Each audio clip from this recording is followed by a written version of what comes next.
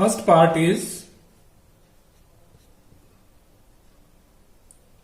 we have given P equal to mn एक set है and Q equal to nm ये दूसरा set है और इसने बताया कि P cross Q equal to है mn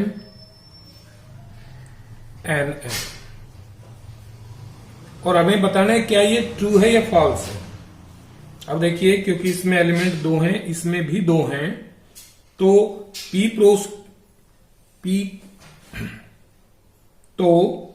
क्रॉस Q में नंबर ऑफ एलिमेंट्स कितने होने चाहिए 4 होने चाहिए लेकिन दो हैं सो इट इज फॉल्स। तो करेक्ट क्या बनेगा correct P cross Q equal to सारे के सारे पेयर्स बना लीजिए mn mm nn और nm। तो P क्रॉस Q की वैल्यू ये होनी चाहिए थी और जो ये दिया है ये फॉल्स है। Second part if A and B are non empty sets okay समझ गए कि A में भी कुछ एलिमेंट्स हैं और B में भी हैं then A cross B is a non-empty set of ordered pairs xy such that x belong to A and y belong to B। ये बिल्कुल करेक्ट है। इसको आप एक एग्जांपल से समझ सकते हैं जैसे सेट A गिवन है क्योंकि नॉन एम्प्टी सेट है तो मान लेते हैं 1 2 है और B 3 4 है दोनों नॉन एम्प्टी सेट्स हैं। अब जो A cross B find out करेंगे आप A क्रॉस B तो ये होगा 1 3 1 4 2 3 एंड 2 4। क्लियर। अब पूछा क्या है कि then A cross B is a non empty set. तो जब A और B नॉन एम्प्टी नहीं है तो A क्रॉस B भी नॉन एम्प्टी नहीं आएगा और पेयर्स बनेंगे उसमें एक्स वाई और x बिलोंग टू A होगा और y बिलोंग टू B होगा। सिंपल। यानी कि एक्स वाई पेयर्स बने हैं और पेयर्स किस फॉर्म में है एक्स वाई की फॉर्म में है और x यानी फर्स्ट एलिमेंट फर्स्ट सेट का है और सेकंड एलिमेंट सेकंड सेट का है तो ये करेक्ट है। Now the third part we have given A equal to 1 2 B equal to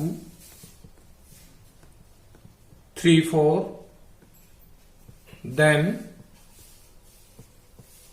A cross B intersection 5 equal to 5। A और B सेट गिवन है और हमें ये cross product equal to 5 prove करना है।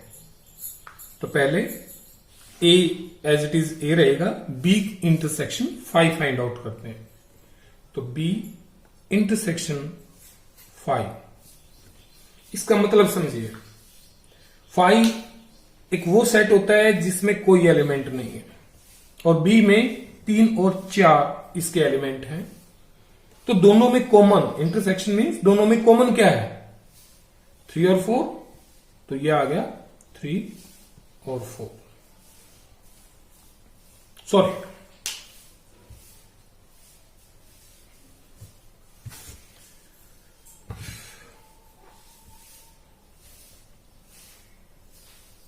Now B intersection 5 equal to देखिए किसी set में और 5 में इंटरसेक्शन हमेशा 5 इटसेल्फ ही होता है। ठीक है।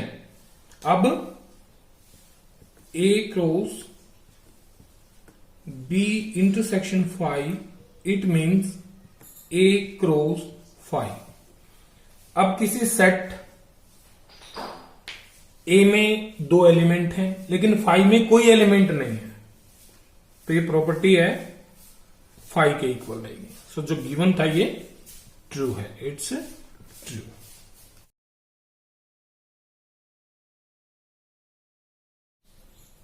ये आपका ए क्रॉस ए तो ट्रिपलेट्स पढ़े थे हमने कार्टेशियन प्रोडक्ट में. तो डिफाइन कैसे होता है, आप कह सकते हो for a non empty set A cross A equal to with ordered pair A, B, C such that A, B, C belong to A.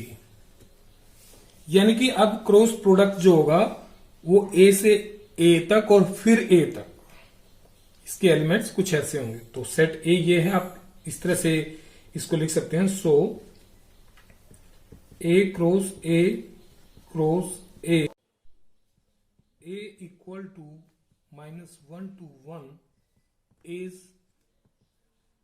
given by, ऐसे लिख सकते हैं आप इसको. अब देखिए तीनों को आप अलग अलग भी कर सकते हैं या पहले 2 को करो फिर तीसरे से कर लें. इज गिवन बाय -1 एक, क्योंकि दो हैं तो 8 पेयर्स बनेंगे, इसमें ट्रिपलेट्स बनेंगे. -1 -1 1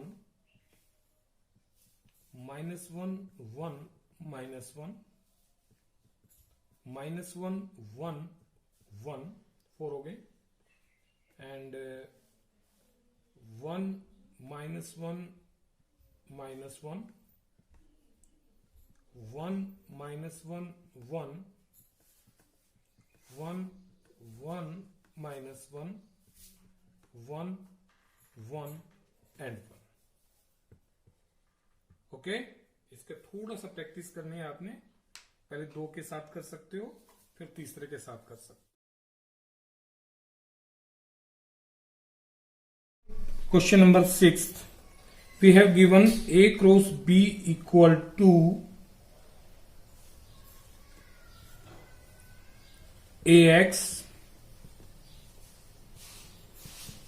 AY BX BY and we have to find A and B. It means आपको सेट A फाइंड आउट करना है और सेट B फाइंड आउट करना है. ओके, कैसे करेंगे देखिए. जब A क्रॉस B यानी कि कार्टेशियन प्रोडक्ट आपको गिवन है, तो जो फर्स्ट एलिमेंट्स हैं ये सारे फर्स्ट सेट से बिलोंग करते हैं और सेकंड एलिमेंट्स जो हैं उस सेकंड सेट से बिलोंग करते हैं. इट मीन्स आप लिख सकते हैं as we know that in Cartesian product of 2 non-empty sets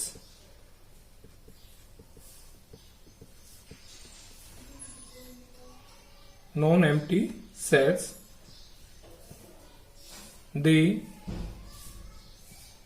first element of each pair belong to the first set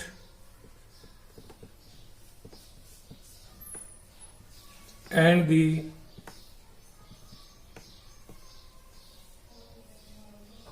second element of the pair is belong to the second set. Clear? It means so A equal two pairs में जो भी first elements हैं सभी में A है A B B, then A B and set B आपका होगा second element से मिलकर के बनाइए x y मीन्स x और y. रिपीट तो करेंगे नहीं ना. ओके, तो these are the required sets. अगर आपको यह वीडियो पसंद आई है तो चैनल को लाइक करें, शेयर करें और सब्सक्राइब करें.